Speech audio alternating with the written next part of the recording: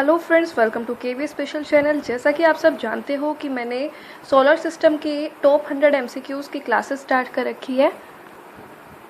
जो लोग मेरे चैनल से पहले से ही जुड़े हुए हैं उनको पता होगा कि मैंने पार्ट 1 ऑलरेडी अपलोड कर दिया है 1 to 50 क्वेश्चंस का। आज भी हम 50 क्वेश्चंस करेंगे, ठीक है, टोटल, क्योंकि मैंने बोला था 100 एमसीक्यूज़ हम देखेंगे।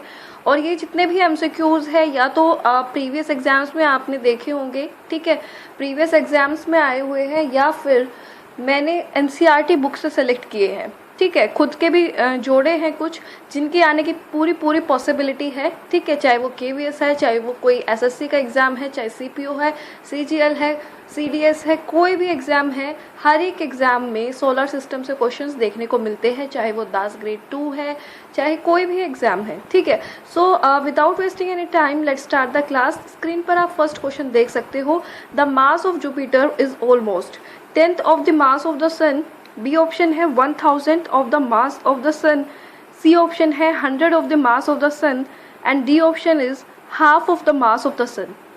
मैं चाहूँगी कि आप एक नोटबुक और पेन लेके बैठे और अपना आंसर उस पर लिखें, और लास्ट में जितने आपके मार्क्स बने वो चीज़ आप कमेंट बॉक्स में बनाएं, ठीक है, बताएं, ताकि आपके क्या होगी कि नॉलेज चेक होगी इससे।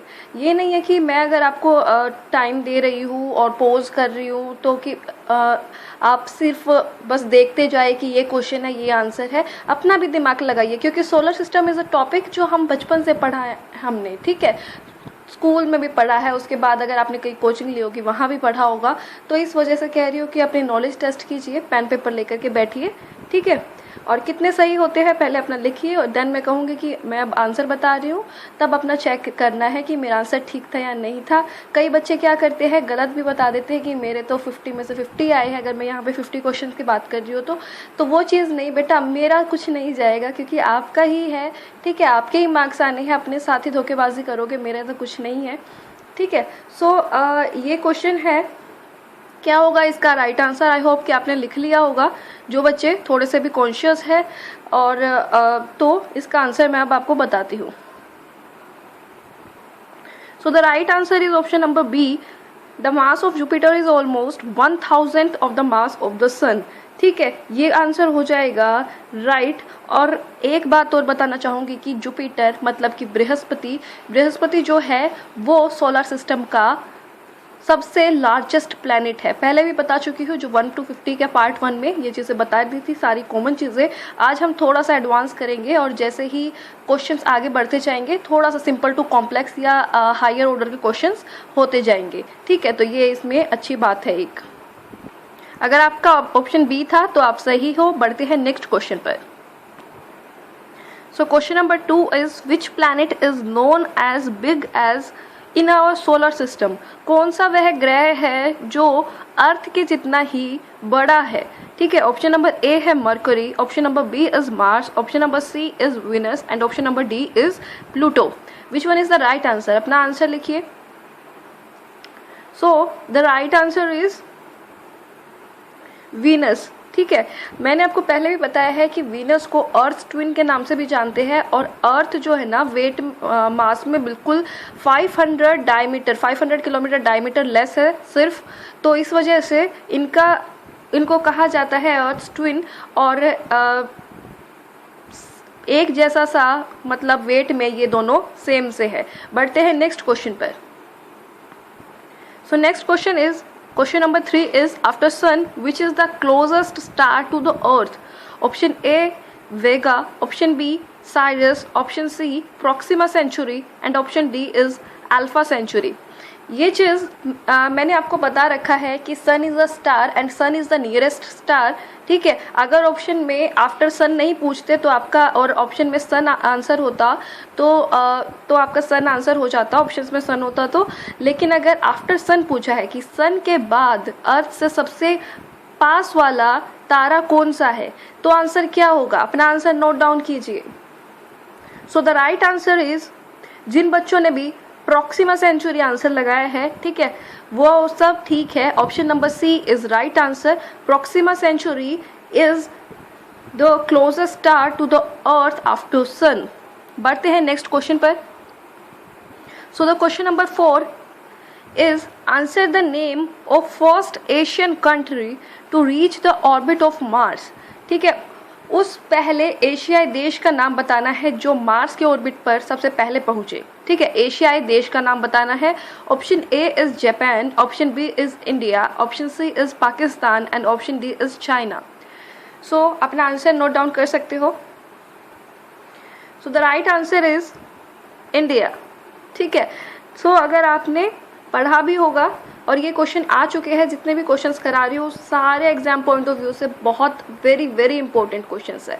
ठीक है, तो राइट आंसर इज इंडिया. बढ़ते हैं नेक्स्ट क्वेश्चन पर. So next question is how old is earth. It is decided by which of the following processes. Option number A geological time scale, option B is radiometric dating, option C is gravity method and option D is fossil dating. हमारा earth कितना पुराना है ये चीज़ हम कौन से प्रक्रिया के द्वारा पता लगा सकते हैं. ठीक है, 4 ऑप्शंस आपको दिए गए हैं, इनमें से आपको करेक्ट आंसर कौन सा है वो अपना नोट डाउन करना है. So the right answer is radiometric dating. So option number B radiometric dating is the right answer. और ना सिर्फ अर्थ, रॉक्स का पता लगाने के लिए, फॉसिल्स का पता लगाने के लिए कि कितना पुराने हैं ये चीज़, तो उस सब के लिए रेडियोमेट्रिक डेटिंग प्रोसेस का यूज़ होता है. ठीक है, ये हो गया आपका क्वेश्चन नंबर 5. बढ़ते हैं नेक्स्ट क्वेश्चन पर. So next question is the synchronous satellite moves around the earth from. Option number A is option number A is east to west, option B is west to east, option C is north to south and option number D is south to north. क्या होगा right answer? So the right answer is option number B, west to east. Synchronous satellite क्या होता है? Synchronous satellite का मतलब है artificial satellite. ठीक है, आर्टिफिशियल सैटेलाइट जो कि 24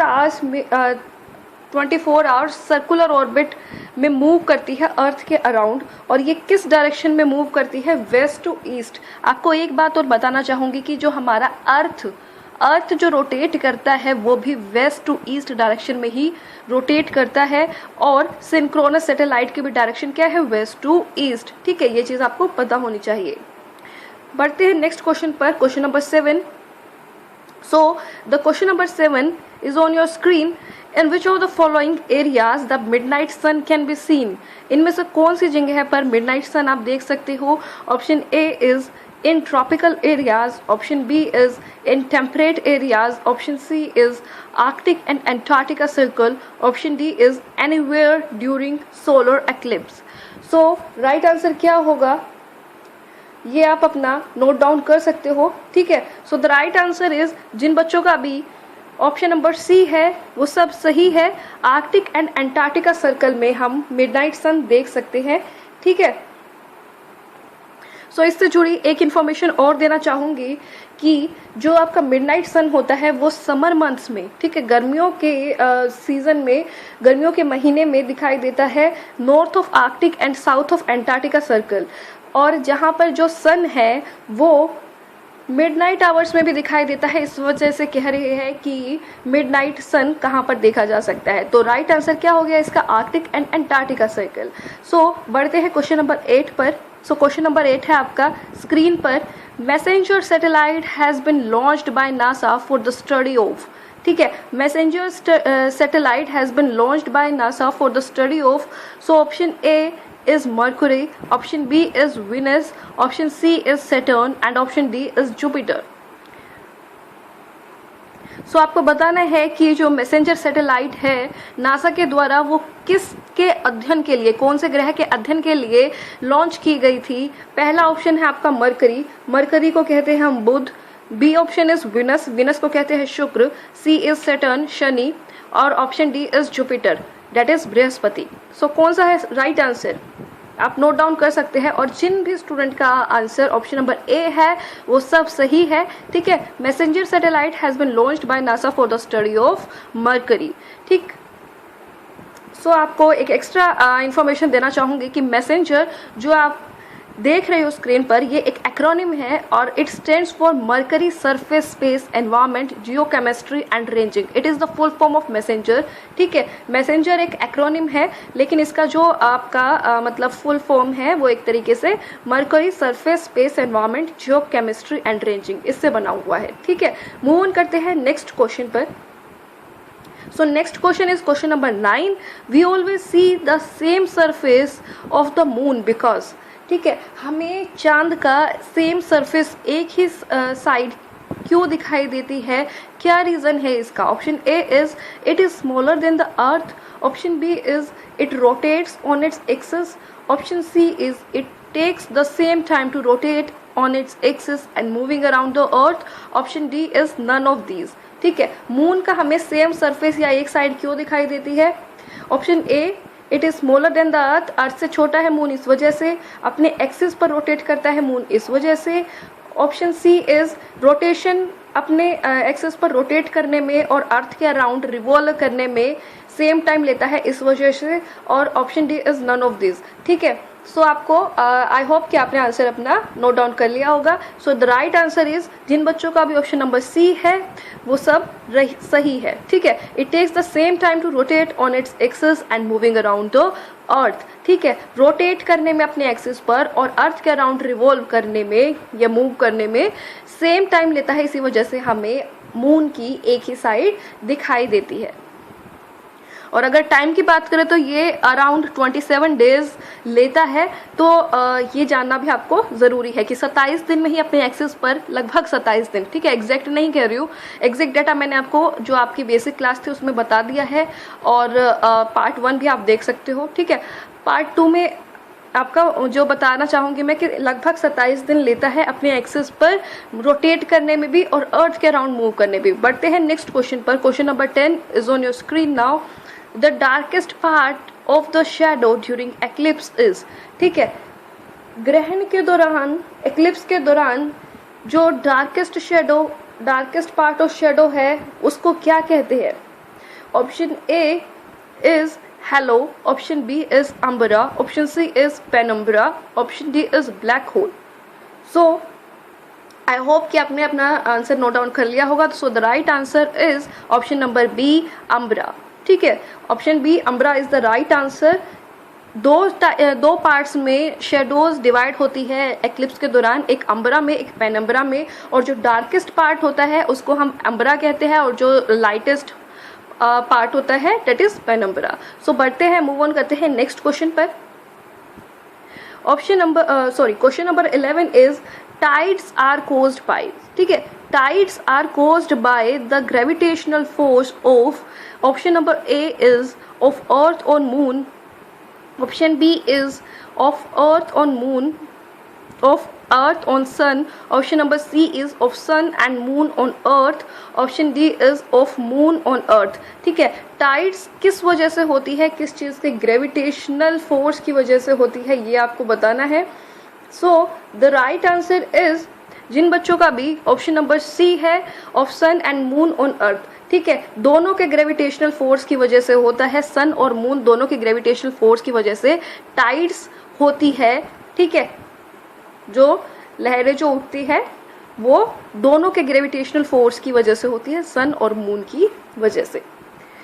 ठीक है, सो हिंदी टर्म्स में इतना अच्छे से नहीं बता पाऊंगी, आई एम सॉरी। अगर आप कहो कि भाई मैम आपने ये चीज़ गलत बोल दी, तो इसी वजह से मैंने इंग्लिश में ही बनाया हुआ है। ठीक है, so when does tides rise in the sea, option question number 12 आपकी स्क्रीन पर है। When does tides rise in the sea, tides कब राइज होती है समुद्र में?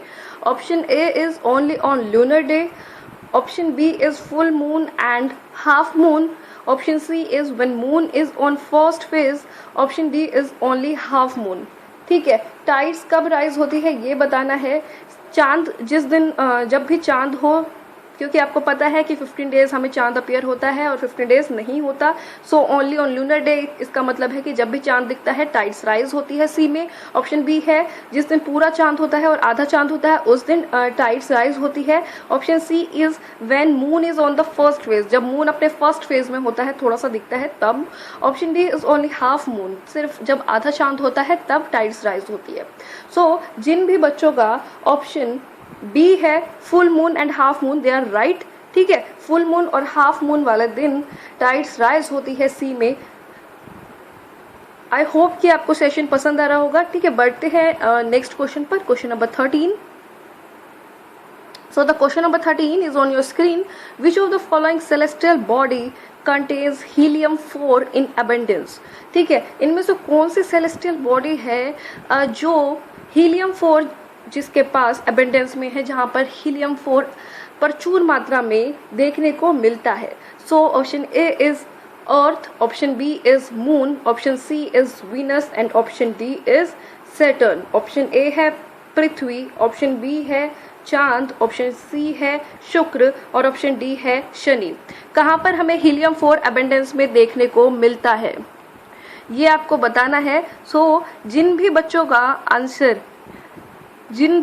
आंसर आई होप कि आपने लिख लिया होगा। सो जिन भी बच्चों का आंसर अर्थ है वो सब सही है। ठीक है, क्वेश्चन आ चुका है SSC जेल में। सारे questions exam point of view से वेरी वेरी इंपॉर्टेंट है। ठीक है, बढ़ते हैं नेक्स्ट क्वेश्चन पर। So the next question is, in how much time Earth rotates once on its axis? कितने समय में अर्थ अपने एक्सिस पर, ठीक है, या फिर कह सकते हो कि एक रोटेशन कितने समय में पूरा करता है पृथ्वी। So option A is 23 hours 30 minutes, मतलब कि 23.5 घंटे में। Option B is 23 hours 56 minutes 4.9 second. ठीक है, 23 घंटे 56 minute and 4.9 seconds. Option C is 23 hours 10 minutes and 2 seconds. Option D is 24 hours. बताइए, वेरी वेरी इंपॉर्टेंट क्वेश्चन। बहुत बच्चे इसमें गलतियां करके आए थे, आ चुका है ये SSC में और भी जगह पर। सो जिन भी बच्चों का ऑप्शन बी है वो सब सही है। 23 आवर्स 56 मिनट्स 4.9 सेकेंड्स ये लेता है, एग्जैक्ट टाइम इसमें दे दिया गया था। और 24 आवर्स, जैसे कि हम हमेशा कहते हैं कि 24 घंटे में पृथ्वी एक चक्कर लगाता है, ठीक है, अपने एक्सिस पर, लेकिन 24 आवर्स इसमें ऑप्शन में था। लेकिन जो भी बच्चे 24 आवर्स करके आए वो सब उनका आंसर गलत हुआ, क्योंकि एग्जैक्ट टाइम इसमें दिया हुआ है कि 23 घंटे 56 मिनट और 4.9 सेकेंड। तो सही आंसर क्या हुआ आपका? क्वेश्चन नंबर 14 का राइट आंसर है ऑप्शन बी। हमेशा याद रखना है ऑप्शन में क्या दिया हुआ है ये पहले देखना है, ये नहीं है कि भाई हमें अप्रोक्सीमेट वाला ही हमेशा पूछा जाएगा। ठीक है, तो इस टाइप का क्वेश्चन भी पहले पूछा जा चुका है। बढ़ते हैं क्वेश्चन नंबर 15 पर। नेक्स्ट क्वेश्चन आपकी स्क्रीन पर ये रहा, day and night. Question number 15, day and night are formed, दिन और रात किसकी वजह से फॉर्म होते हैं? Option A is due to shape of the orbit of earth. ठीक है, अर्थ के ऑर्बिट की शेप की वजह से डे एंड नाइट फॉर्म होते हैं। Option B is due to the motion of revolution, revolution के मोशन की वजह से। जो रिवोल्यूशन क्या होता है, जो अर्थ जो सन के चारों ओर रिवॉल्व करता है, डेट इज रिवोल्यूशन, चक्कर लगाता है, उसको रिवोल्यूशन कहते हैं। और जो C is due to the speed of rotation, जो अपनी रोटेशन की स्पीड है अपने एक्सिस पर जो मूव करते हैं उसकी वजह से डे एंड नाइट फॉर्म होते हैं। Option D is none of these. So I hope कि आपने अपना आंसर नोट डाउन कर लिया होगा। So the right answer is option number C, due to the speed of rotation, rotation की वजह से दिन और रात फॉर्म होते हैं। और अगर सीजन्स की बात करूं तो सीजन्स की जो रिवोल्यूशन की वजह से हमारे सीजन्स फॉर्म होते हैं। तो डे एंड नाइट किसकी वजह से होते हैं? रोटेशन की स्पीड की वजह से। ठीक है, उसकी वजह से डे एंड नाइट फॉर्म होते हैं। मूव ऑन करते हैं नेक्स्ट क्वेश्चन पर, जो कि आप अपनी स्क्रीन पर देख सकते हो। Question number 16, what is supernova? Supernova क्या है? Option A is comet, option B is asteroid, option C is meteor and option D is black hole. बताइए सुपरनोवा क्या है? जिन भी बच्चों का आंसर ब्लैक होल या ऑप्शन डी है वो सब सही है। ठीक है, आई होप कि आप अपने सही आंसर्स की काउंटिंग कर रहे होंगे और आप कमेंट बॉक्स में भी ज़रूर बताएंगे। ठीक है, सो मूव ऑन करते हैं क्वेश्चन नंबर 17 पर। What is the circumference of the earth. ठीक है, option A is 13,000 kilometre, option B is 20,000 kilometre, option C is 25,000 kilometre and option D is 40,000 kilometre. आपको बताना है सर्कमफेरेंस ऑफ द अर्थ कितना है। क्वेश्चन नंबर 17, बताइए इसका आंसर। जिन भी बच्चों का आंसर ऑप्शन नंबर डी है वो सब सही है। ठीक है, सो 40,000 किलोमीटर सर्कमफेरेंस ऑफ द अर्थ है। तो याद रखना है ये चीज़, बहुत बार क्वेश्चन आ चुका है पेपर्स में। क्वेश्चन नंबर 18 आपकी स्क्रीन पर है। What is the position of the earth when it is at the great distance from the sun. Earth की क्या पोजीशन होती है, या कह सकते हो उस पोजीशन को क्या कहते हैं जब सन और अर्थ के बीच में मैक्सिमम दूरी होती है। ठीक है, first option is aphelion, option B is antipode, option C is perihelion and option D is एल्डेटिक। So the right answer is, I hope लिख लिया होगा। So the right answer is option number A aphelion. और अब एक चीज़ और बताना चाहूँगी कि जब मैक्सिमम दूरी होती है बिटवीन अर्थ एंड सन उसको कहते हैं एपिहीलियन, जो कि 4 जुलाई को होता है, हर वर्ष 4 जुलाई को होता है। और जब मिनिमम दूरी की बात करें या फिर जो सबसे कम दूरी होती है अर्थ और सन के बीच में, तो उसको हम, जो ऑप्शन सी में लिखा हुआ है आपका पेरिहीलियन, वो होता है। और ऑप्शन सी पेरिहीलियन कब होता है, 3 जनवरी को ये हर साल हमें देखने को मिलता है। सो मूव ऑन करते हैं क्वेश्चन नंबर 19 पर, जो आपकी स्क्रीन पर आप देख सकते हो। Which of these is a dwarf planet.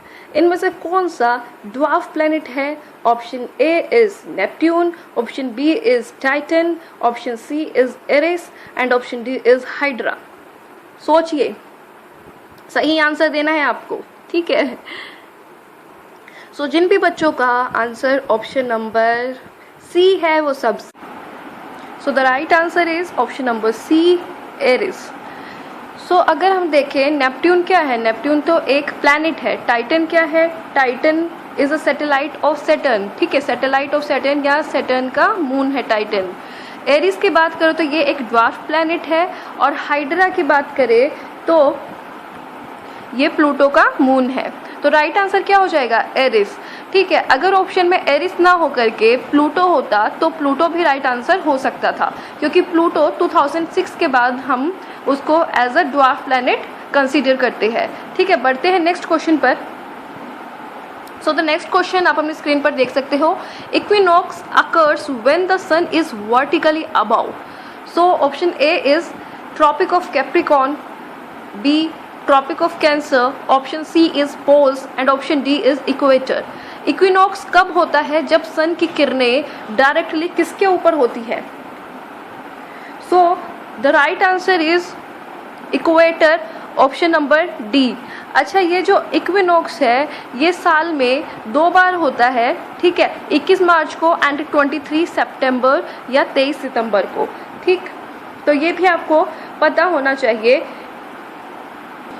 Equinox में अगर देखें इक्विनॉक्स होता क्या है, तो इक्विनॉक्स 2 वर्ड से मिला है, इक्वी और नॉक्स। इक्वी का मतलब होता है इक्वल, नॉक्स का मतलब होता है नाइट, मतलब कि रात जिसमें समान हो। किसके समान हो, दिन के समान हो। तो जहाँ जिस दिन और रात इक्वल होते हैं उसे इक्विनॉक्स कहते हैं। ये 21 मार्च और 23 सितंबर को देखा जाता है। तो ये वाला पार्ट मैं यहीं पर ख़त्म करती हूँ। नेक्स्ट पार्ट में आपको 30 क्वेश्चंस कराए जाएंगे। सो आपके 100 MCQs कंप्लीट हो जाएंगे। इससे बाहर आपको बहुत रेयर चांस है कुछ देखने को मिले। ठीक है, मैं अपना बेस्ट दे रही हूँ। वीडियो पसंद आई तो लाइक शेयर सब्सक्राइब करना ना भूलें। पार्ट 1 का लिंक मैं डिस्क्रिप्शन बॉक्स में प्रोवाइड करा दूंगी, तो वहाँ से आप देख सकते हो। देन आप पार्ट 2 देख सकते हो। आपने वीडियो देखी उसके लिए thank you so much and all the best for your future.